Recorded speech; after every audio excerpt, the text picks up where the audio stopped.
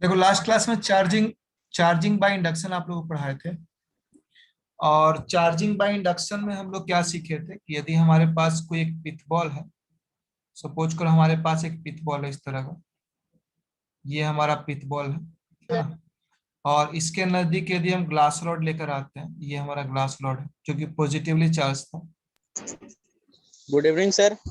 हाँ हाँ, good evening. मान लो ये ग्लास रॉड हमारा पॉजिटिवली चार्ज है। तो क्या होता है कि इसके एक तरफ नेगेटिव चार्ज चला आता है। टच नहीं करना है, दूर ही रखें, है ना। दूसरे साइड में क्या चला आता है, पॉजिटिव चार्ज चला आता है। तो ऐसे में भी ये चार्ज हो जाता है। क्यों? क्योंकि ये वर्क करेगा, क्या वर्क करेगा, ये थोड़ी ही देर में इसके पास चलाएगा। क्योंकि आपको समझाया था कि ये डिस्टेंस जो है पॉजिटिव नेगेटिव चार्ज का वो कम होता है ये पॉजिटिव पॉजिटिव चार्ज की अपेक्षा। इसलिए यहाँ पर नेट अट्रैक्शन फोर्स होता है।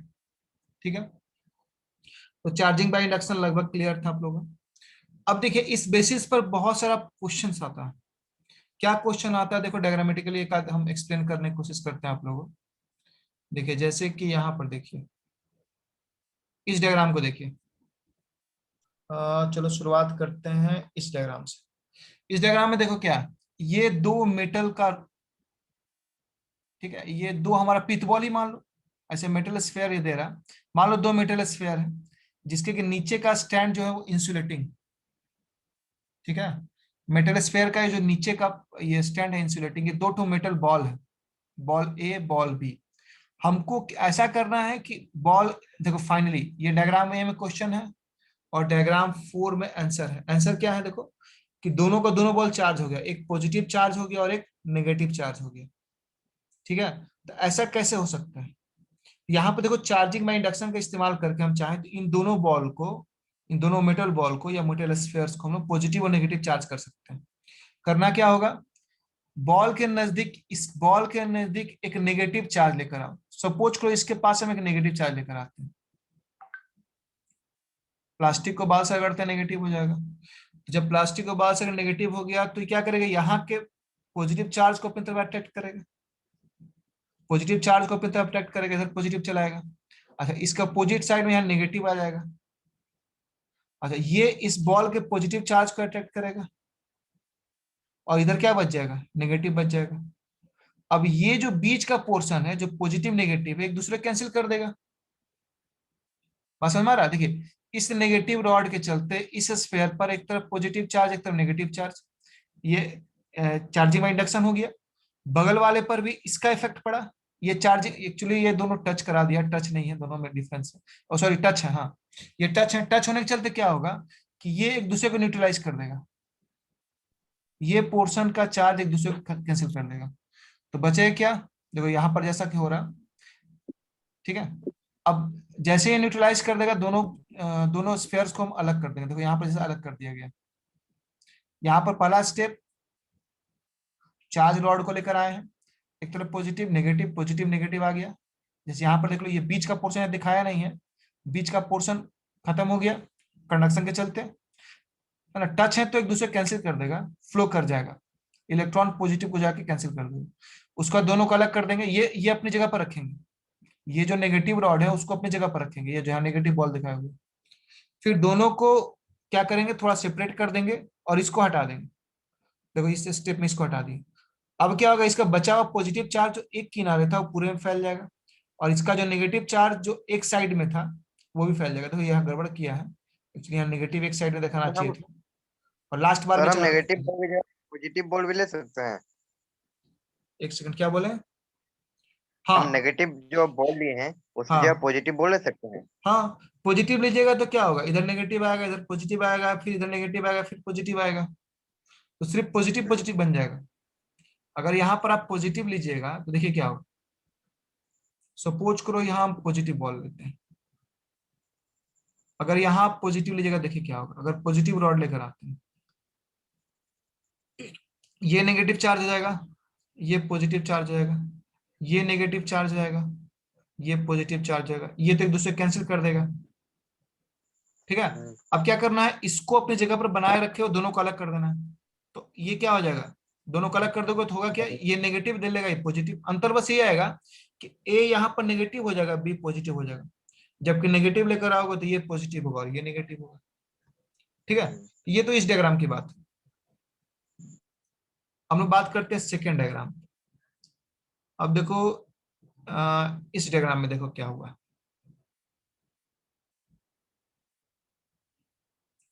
इस डायग्राम में समझने की कोशिश करते हैं हम लोग। देखो ये सिंपल मेटल बॉल है। क्वेश्चन ये रहेगा कि एक सिंगल चार्ज स्फीयर, एक सिंगल स्फीयर है आपके पास, इसको पॉजिटिव चार्ज करना, देखिए या नेगेटिव चार्ज करना, जो भी पूछ सकता है, या नेगेटिव चार्ज किया है। वहां दो स्फीयर था, यहाँ पर एक मेटल स्फीयर है, और इसको क्या करना, नेगेटिव चार्ज करना। क्या करना पड़ेगा, पहले एक पॉजिटिवली चार्ज आप रॉड लेके आएंगे, यहाँ पर एक पॉजिटिव चार्ज रॉड लेकर आएंगे, ये पॉजिटिव चार्ज रॉड लेकर आएंगे। यहीं पर लास्ट क्लास में जो अर्थिंग आप लोगों को समझाए थे उसका कॉन्सेप्ट का यूज हुआ है।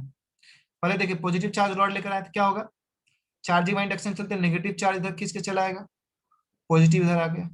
हमको इस पूरे स्फीयर को सिर्फ नेगेटिव चार्ज रखना है, क्योंकि फाइनली देखो रिजल्ट ये लाना हमको। क्या करते हैं, इस पोर्शन का हम अर्थिंग कर देते हैं। ठीक है, इस वाले पोर्शन को हम अर्थिंग कर देते हैं, लेकिन इसको अपनी जगह बनाए रखेंगे। मतलब पहले क्या किए, इस बॉल के नजदीक रॉड पे लेकर आए, उस समय अर्थिंग नहीं रहेगा। स्थिति क्या आ गया, प्लस हो गया, माइनस हो गया। फिर थोड़ी देर के लिए क्या करेंगे, हम यहाँ पर अर्थिंग कर देंगे। जैसे ही आप अर्थिंग करिएगा ये प्लस चार्ज गायब हो जाएगा, इसको हटाइएगा नहीं, आप अर्थिंग भी हटा दीजिएगा और फाइनली इसको भी हटा देगा, तो ये जो नेगेटिव चार्ज है पूरे में फैल जाएगा।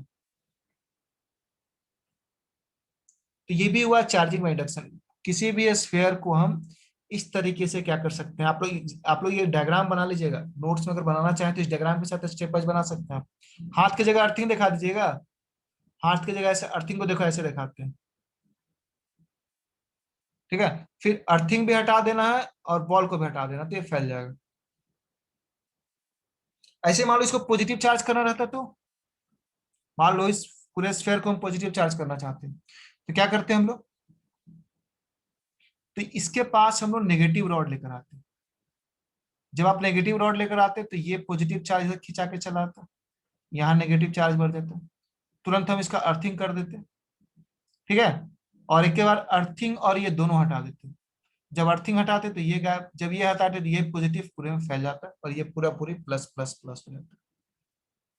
इस तरह से चार्जिंग बाय इंडक्शन से आप चाहें तो पॉजिटिव या नेगेटिव चार्ज किसी भी स्फीयर को आप कर सकते हैं। तो दो डायग्राम हुआ, तीनों हो गया ना जी, तीन देखा है ना।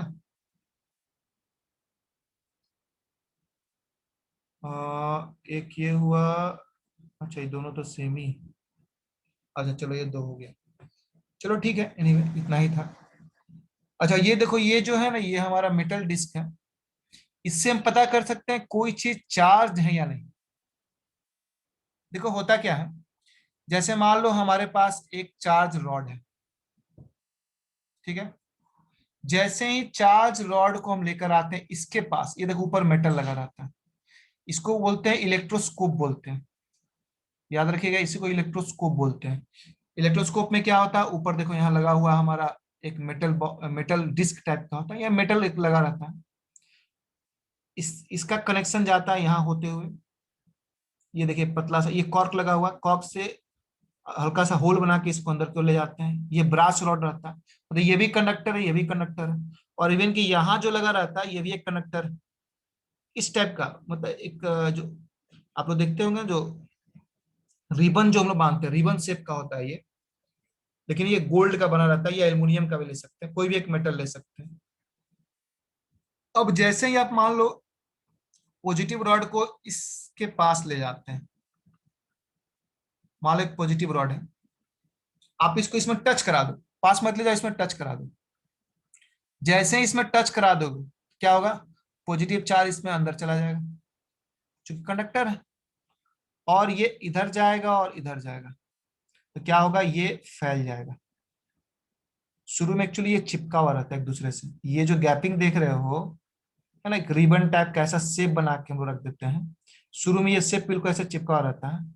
अब जैसे ही पॉजिटिव चार्ज यहाँ से गया, पॉजिटिव पॉजिटिव अलग हो गया, ये फैल गया, इससे पता चल गया कि ये रॉड क्या है, चार्ज है। अगर यहां पर नेगेटिव लेकर आते तो क्या होता? मान लो यहीं पर हम नेगेटिव लेकर आते, पॉजिटिव नहीं नेगेटिव रहता। अगर ये नेगेटिव रहता तो यही नेगेटिव जाते जाते जाते सिर्फ नेगेटिव जाता, नेगेटिव इधर नेगेटिव, फिर से रिपल्सन होता। पॉजिटिव लाओ या नेगेटिव लाओ, दोनों कंडीशन में ये गोल्ड लीफ क्या होता है, एक दूसरे से दूर जाता, और इससे आपको पता चल जाता कि ये बॉडी, ये जो आप रॉड लेकर आए वो चार्ज है या नहीं है। ठीक है, ये तो बिल्कुल आसान है। लेकिन अब सपोज करो हमको ये पता करना है कि ये अभी तक तो ये पता चल सकता था कि ये हम जो रॉड इसके पास लेकर आ रहे हैं वो चार्ज है कि नहीं है। लेकिन सपोज करो हमको ये पता करना है कि ये कैसा चार्ज है, पॉजिटिव चार्ज है या नेगेटिव चार्ज। ठीक है, अगर आपको ये पता करना है कि ये रॉड हमारा पॉजिटिव चार्ज है या नेगेटिव चार्ज है, उसके लिए आपको 2 स्टेप करना होगा। ठीक है, ये देखिए हम बस एक इंटरेस्ट के तौर पर आपको बता दे रहे हैं, आपके एनसीईआरटी के बुक में ये है। ठीक है, देखो अब हमें ये पता करना है कि यहाँ जो रॉड लेकर आ रहे हैं वो पॉजिटिव या नेगेटिव। सपोज करो यहाँ हम एक रॉड लेकर आए जो पॉजिटिव,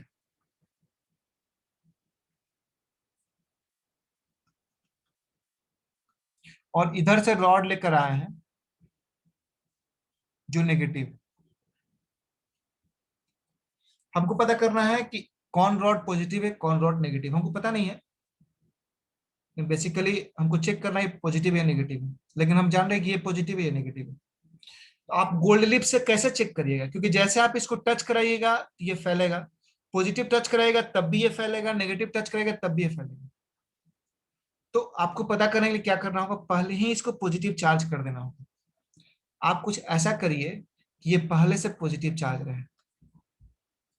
देखो होगा क्या, अगर ये पहले से पॉजिटिव चार्ज रहेगा, बोलो सर पहले से पॉजिटिव चार्ज कैसे करेंगे, छोटा सा कोई रॉड ला के सटा के हटा दो, थोड़ा देर के लिए पॉजिटिव चार्ज हो जाएगा। और जैसे ये पॉजिटिव चार्ज हो गया, अब दूसरा पॉजिटिव चार्ज यहाँ लेकर आओ, लेकिन इसको टच मत कराना।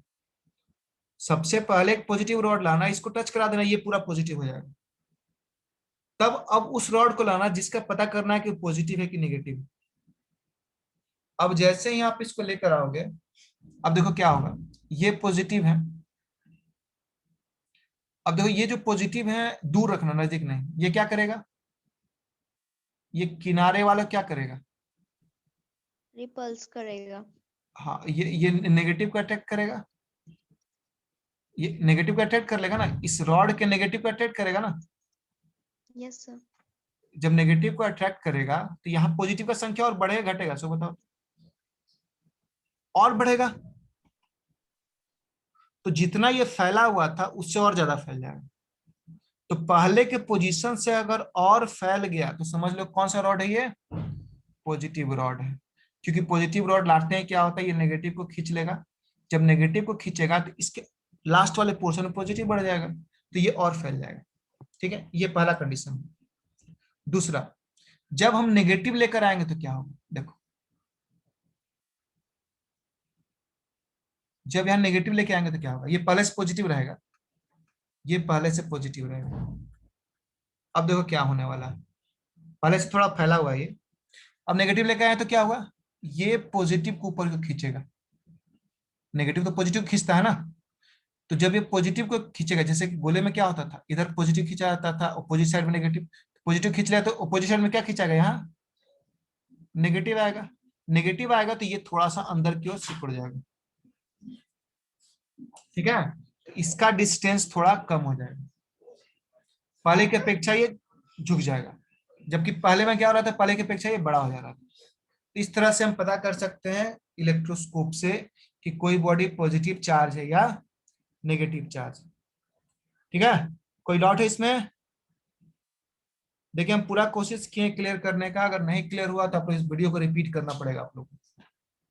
ठीक है, अब आप लोग को हम मेन सर टॉपिक, हाँ बोलिए बोलिए क्या क्वेश्चन है, बोलिए। ये जो गोल्ड लीफ है वो उसको हम नेगेटिव चार्ज भी पहले से बना सकते हैं। हाँ, नेगेटिव रॉड लेकर आना होगा, नेगेटिव रॉड टच करा, देखिए जब टच कर, देखिए दूर से होता है इंडक्शन, देखिए दो चीज होता है, दूर से होता है इंडक्शन और टच कराने से होता है कंडक्शन। आपको एक बार इसको कंडक्ट कर देना होगा, पॉजिटिव चार्ज या नेगेटिव चार्ज। तब जब अगला बॉल एक नोन आपको होना चाहिए पहले से, कोई भी पॉजिटिव रोड या नेगेटिव रोड नोन होना चाहिए। आप नेगेटिव के साथ भी एक्सपेरिमेंट करिएगा ना, पॉजिटिव नेगेटिव रोड लाके, तब भी वही काम होगा।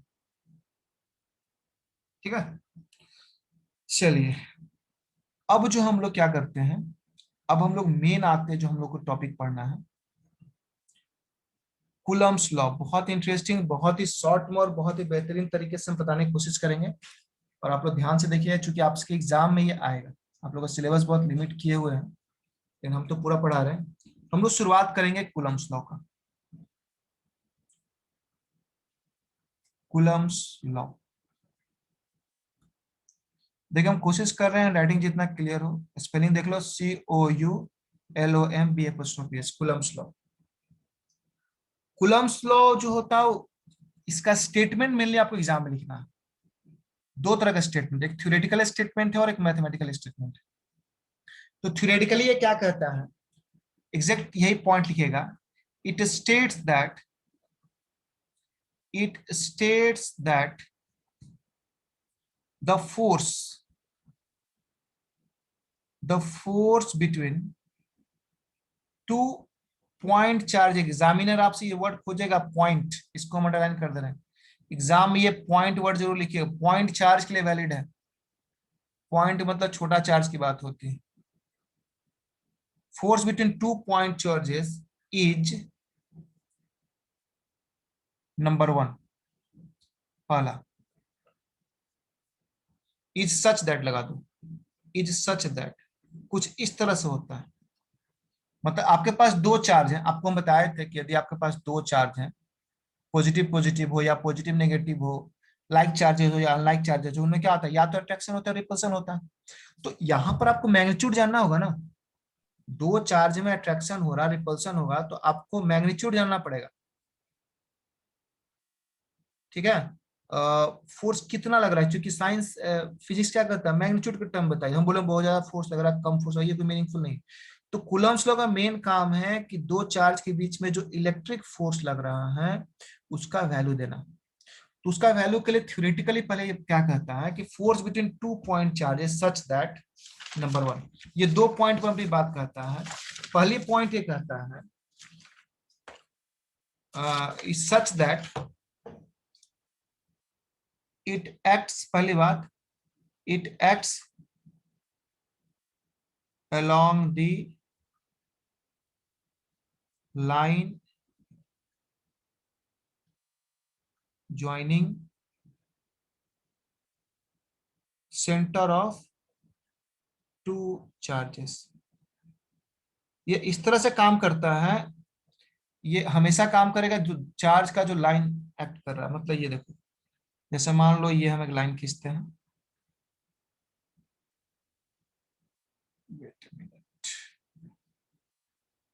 ये हमारा एक लाइन खींचते हैं सपोज को इस तरह से। यहाँ पर दो चार्ज है, मान लो सपोज को,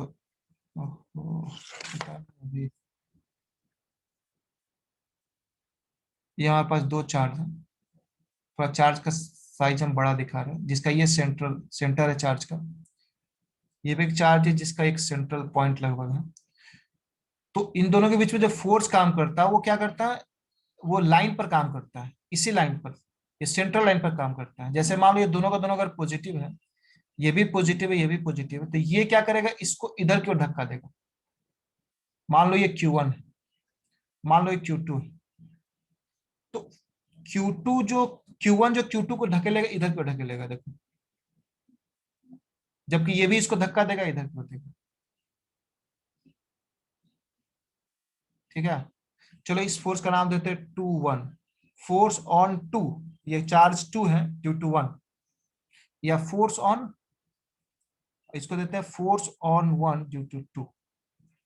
तो देखो क्या है, ये जो स्ट्रेट लाइन है इसी के अलोंग काम कर रहा है।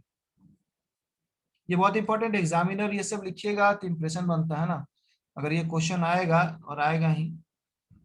देखिए ये जो लाइन दोनों का सेंटर जोड़ा उसी के अलोंग काम करता है ना, it acts along the line joining the center of two charges, पहली बात। दूसरी बात, It is proportional. It is proportional to the distance between two charges. दो चार्ज के बीच का डिस्टेंस है उसका प्रोपोर्शनल होता है. कैसा प्रोपोर्शनल यहां देना पड़ेगा? Inversely proportional. यानी यदि आपके पास दो चार्ज है, आप एग्जाम में ऐसे ही लिखेंगे, ठीक है, एग्जैक्टली ये दो चार्ज है, फिर से ये चार्ज अगर Q1 है, ये चार्ज अगर Q2 है, ये डिस्टेंस R है, और ये जो R डिस्टेंस होता है वो सेंटर टू सेंटर हमेशा. तो जो फोर्स काम करेगा दोनों के बीच का वो डायरेक्टली प्रोपोर्शनल टू होगा 1/r². यहाँ पर इसे स्क्वायर भी दे देते हैं हम लोग, directly proportional to the square of distance कर देते हैं, स्क्वायर, ठीक है, directly proportional to the square of distance between the two charges. 2 point हो गया. Coming to the third point. अब आते हैं हम तीसरे पॉइंट पे. तीसरा पॉइंट क्या कहता है?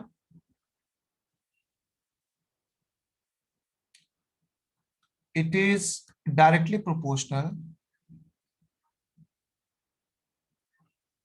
It is directly proportional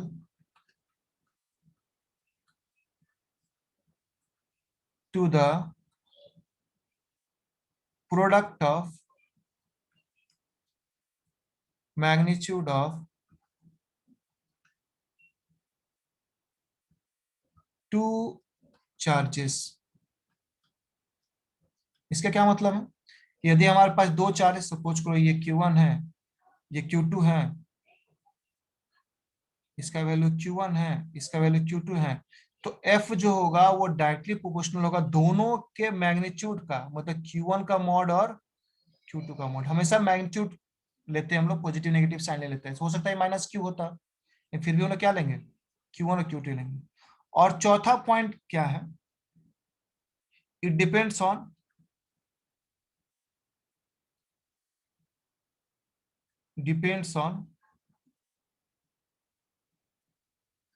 nature of medium between forces, between charges, sorry, between charges. मतलब इन दोनों चार्ज के बीच में क्या है? हवा है, पानी है, वैक्यूम है. ये तीन चीजों पर ये डिपेंड करता है, ठीक है. तो यहां पर हम लोग क्या करते हैं? अब देखिए हमारे पास जो मैथमेटिक्स आना चाहिए, जो भी मैथ, देखिए ये तो थ्योरेटिकल बात हम बताएं, ये तो आपको हम थ्योरी बताएं कि कूलम्ब्स लॉ पहला कहता है कि भाई लाइन के अलोंग फोर्स लगना चाहिए, दूसरा कहता है कि फोर्स डिस्टेंस के इनवर्सली प्रोपोर्शनल होना चाहिए. डिस्टेंस बोलो या सेपरेशन, सेपरेशन वर्ड और बेटर रहता है, ठीक है. ये 2 पॉइंट बोलता है. तीसरा पॉइंट ये बोलता है कि डायरेक्टली प्रोपोर्शनल इसका होना चाहिए दोनों के चार्ज के प्रोडक्ट का. और चौथा पॉइंट बोलता है तो आपका जो फॉर्मूला आना चाहिए मैथमेटिकल, ये तो थ्योरेटिकल बात हुआ, यहाँ मैथमेटिकल साइड में हम दिखा रहे हैं, सबको कंबाइन करके लिखना होगा. देयरफॉर मैथमेटिकली, अब हम लोग मैथमेटिकल यही देंगे, अब सबका सार निकलेगा. देयरफॉर मैथमेटिकली F जो है वो डायरेक्टली प्रोपोर्शनल टू होना चाहिए 1/r², और F जो होता है डायरेक्टली प्रोपोर्शनल टू होना चाहिए mod of Q1 into mod of Q2. अब तुम बोलोगे सर मीडियम कैसे आएगा? मीडियम अपने आप चला आएगा. देखो 2 पॉइंट का 4 पॉइंट था, इसमें 2 पॉइंट तो आ गए हैं, लेकिन दो पॉइंट अभी बाकी. एक तो अलोंग द फोर्स का, ये तो नेचर सी बात है, जब आप डायग्राम बनाइएगा और फोर्स का डायरेक्शन पूछा जाएगा तब आप इस चीज को ध्यान रखिएगा, दोनों का ज्वाइनिंग वाला लाइन कहाँ, उसी के लाइन के होते हुए आप दिखाएंगे फोर्स को. तो वो डायग्राम बनाने के लिए पहला पॉइंट हो गया. 2 पॉइंट आप इंक्लूड कर चुके हैं, रह गया तीसरा पॉइंट. तो तीसरा पॉइंट देखिए दोनों कंबाइन करने के साथ ही आ जाएगा. जब दोनों को कंबाइन करेंगे मैथमेटिकली, जब ए बी ये दोनों एक दूसरे प्रोपोर्शनल, तो निश्चित रूप से कंबाइन भी प्रोपोर्शनलिटी लिखा सकता है, directly proportional to Q1 Q2/r², combine कर दिया है, ठीक है. अब यहाँ देखो बगल में लिख रहे हैं. देयरफॉर जब आप प्रोपोर्शनलिटी हटाएंगे तो यहाँ एक कांस्टेंट आता है K.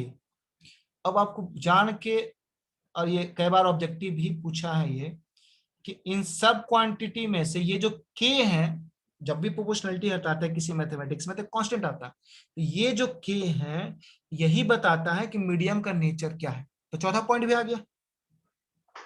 ठीक है, वेयर के क्या है, वेयर के क्या है, एक कांस्टेंट है। Electrostatic constant. नहीं, सिंपली इसको कांस्टेंट बोलेंगे हम लोग।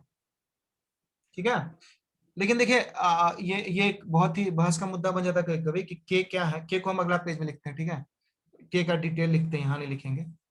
बहुत इंटरेस्टिंग चीज है, वेयर के क्या है, जो फॉर्मूला आया था फिर से यहाँ लिख देते हैं। एफ इक्वल टू आया था k mod of Q1 mod of Q2 by r square.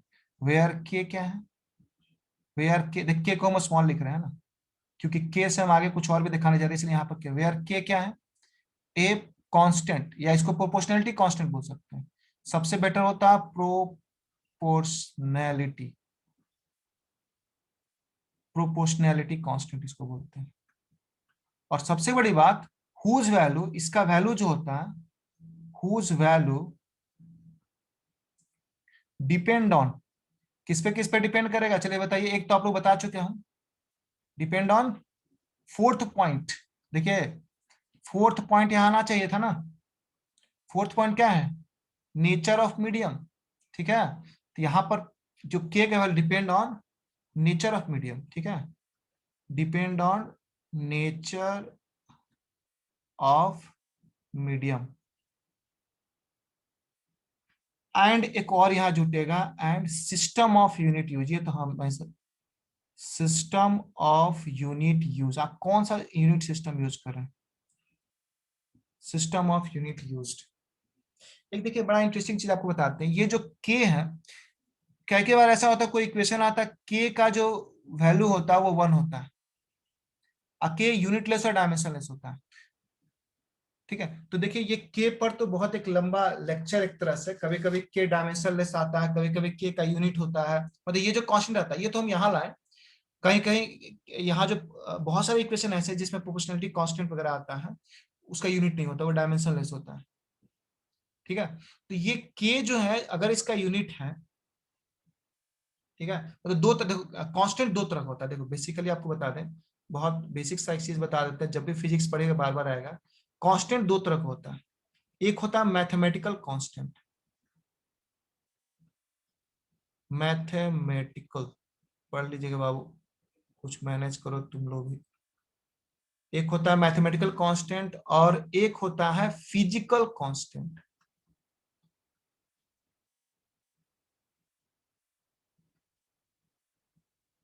एक होता है फिजिकल कांस्टेंट।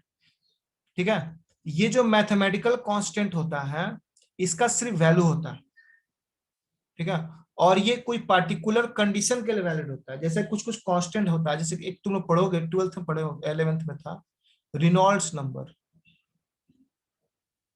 रिनॉल्ड्स नंबर है ना। ये एक नंबर जो होता है पर्टिकुलर कंडीशन में आता है। जबकि जो फिजिकल कांस्टेंट होता है वो देखो कई तरह का होता है। जैसे हम लोग जितना पढ़े हैं ना, जी पढ़ते हैं, ग्रेविटेशनल कांस्टेंट पढ़े हैं हम लोग, फिर हम लोग क्या पढ़ते हैं, अभी यहाँ पर के पढ़ रहे हैं। ठीक है, और भी हम लोग पढ़ेंगे, जैसे कि बोल्जमैन कांस्टेंट वगैरह आप तुम लोग कहीं पढ़ोगे। ठीक है, प्लैंक्स का पता नहीं नाम सुनेंगे, प्लैंक कांस्टेंट आता है, ये सब का सब फिजिकल कांस्टेंट है।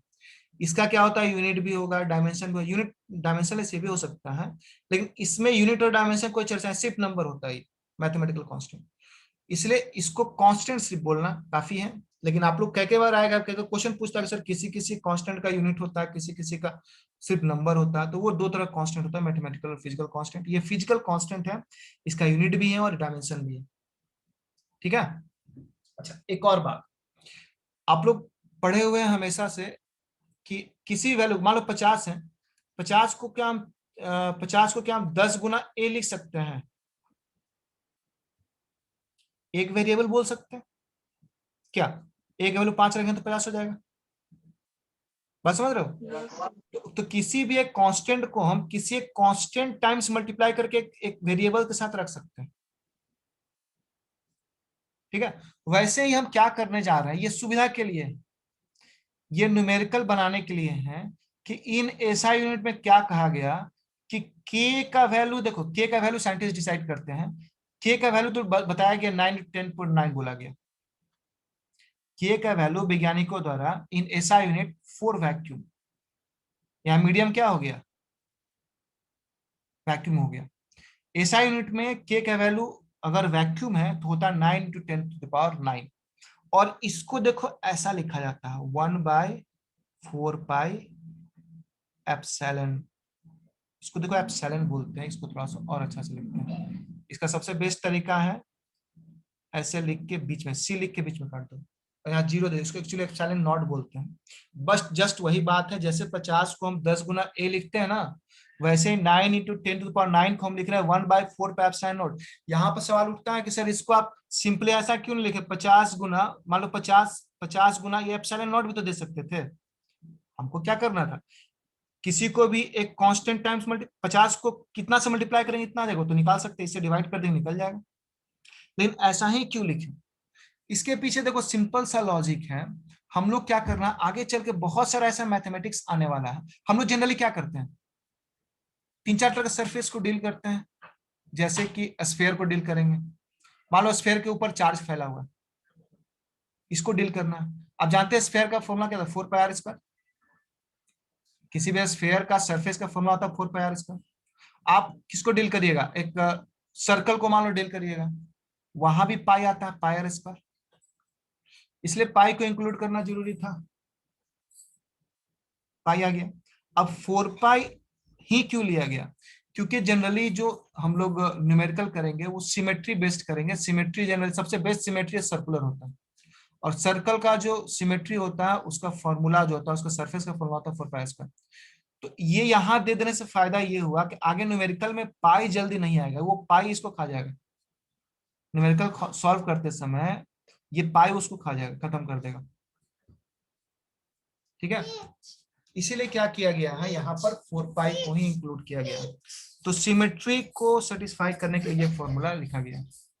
देयरफॉर हमारा जो ये मेन फॉर्मूला है F बराबर मॉडिफाई करके क्या ऐसा भी लिख सकते हैं 1/4π एप्सिलॉन नॉट, ये कांस्टेंट है, इसको क्या पढ़ते हैं जरा यहाँ लिख देते हैं एप्सिलॉन, एप्सिलॉन है ना, नॉट, तो एप्सिलॉन नॉट इसको पढ़ते हैं, ये एप्सिलॉन एक्चुअली है ना, ये 0 के चलते नॉट पढ़ते हैं, 0 को नॉट, एक्चुअली इसका सिंपल सा ये है, ये एप्सिलॉन है, ये ग्रीक लेटर है, 0 लग गया तो नॉट हो गया, बेस में रहता है। तो फॉर्मूला क्या आ गया 1/4π epsilon naught Q1 Q2/r²। This is Coulomb's law, this is Coulomb's law, this is Coulomb's law. Coulomb's law in scalar form, अभी कहानी खत्म नहीं हुआ, ये हुआ स्केलर फॉर्म, स्टिल अभी वेक्टर फॉर्म बचा हुआ, बहुत इंटरेस्टिंग है। और नेक्स्ट क्लास में हम लेंगे और चाहेंगे कि आप लोग वेक्टर का रिवीजन करके आएंगे।